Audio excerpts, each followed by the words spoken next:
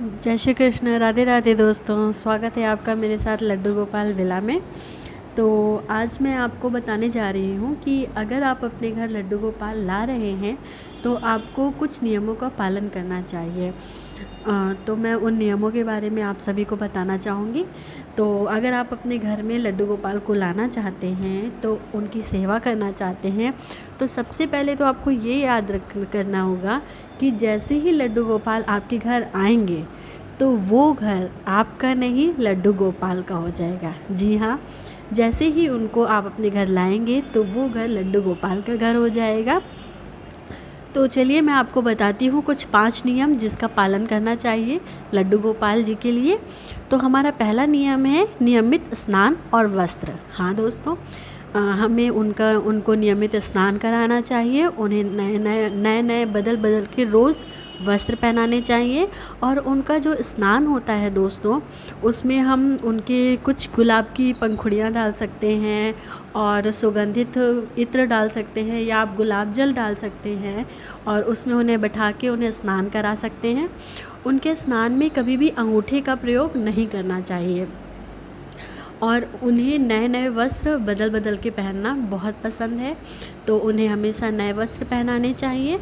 और हमारा दूसरा नियम है कि खिलौने। हाँ दोस्तों, जिस तरह से आप कभी भी बाज़ार जाते हैं तो अपने घर के बच्चों के लिए खिलौने लेकर आते हैं, तो उसी तरह हमें, अगर हम बाज़ार जा रहे हैं, अपने लिए कुछ भी सामान ला रहे हैं, तो हमें मन में ये भाव रखना है कि हमारे घर लड्डू गोपाल हैं, हमारे घर एक छोटा बच्चा भी है जिसके लिए हमें खिलौने लाने हैं।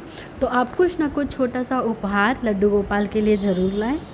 और हमारा तीसरा नियम है संध्या की आरती और भोग। हाँ दोस्तों, उनको संध्या की रात्रि में, संध्या में उनकी आरती ज़रूर करनी चाहिए, दीपक ज़रूर जलाना चाहिए और उन्हें शाम का भोग अवश्य लगाना चाहिए।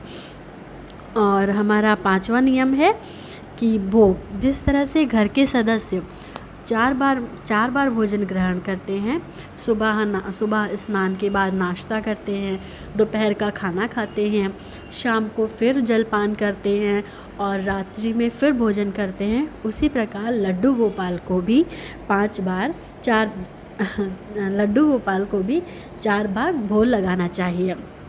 तो दोस्तों, ये कुछ 5 नियम हैं जिनका पालन हमें करना चाहिए लड्डू गोपाल की पूजा में। और इन नियमों का पालन करके आप लड्डू गोपाल की सेवा कर सकते हैं और उनके साथ अपना समय व्यतीत कर सकते हैं और उनकी कृपा पा सकते हैं। और उनके साथ हमें खेलना भी चाहिए। तो लड्डू गोपाल बहुत ही, उनकी पूजा सेवा मैं क्या कहूँ कि आप कह सकते हैं, है तो कुछ ज़्यादा नहीं है सब साधारण ही। और वो सिर्फ भाव के भूखे हैं। वो ये नहीं कहते कि हाँ आप उन्हें महंगे वस्त्र लेकर आएँ या महंगे खिलौने लेकर आएँ या बहुत ही आप कुछ अच्छा भोजन उन्हें दें।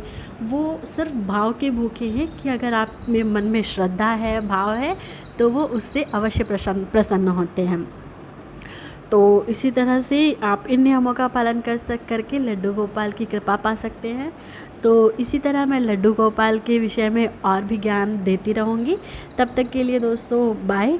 और अगर मेरे ये नियम और मेरी ये बातें अगर आपको अच्छी लगी हो तो प्लीज़ लाइक करिएगा, सब्सक्राइब करिएगा मेरे चैनल को, कमेंट्स ज़रूर करिएगा। राधे राधे दोस्तों।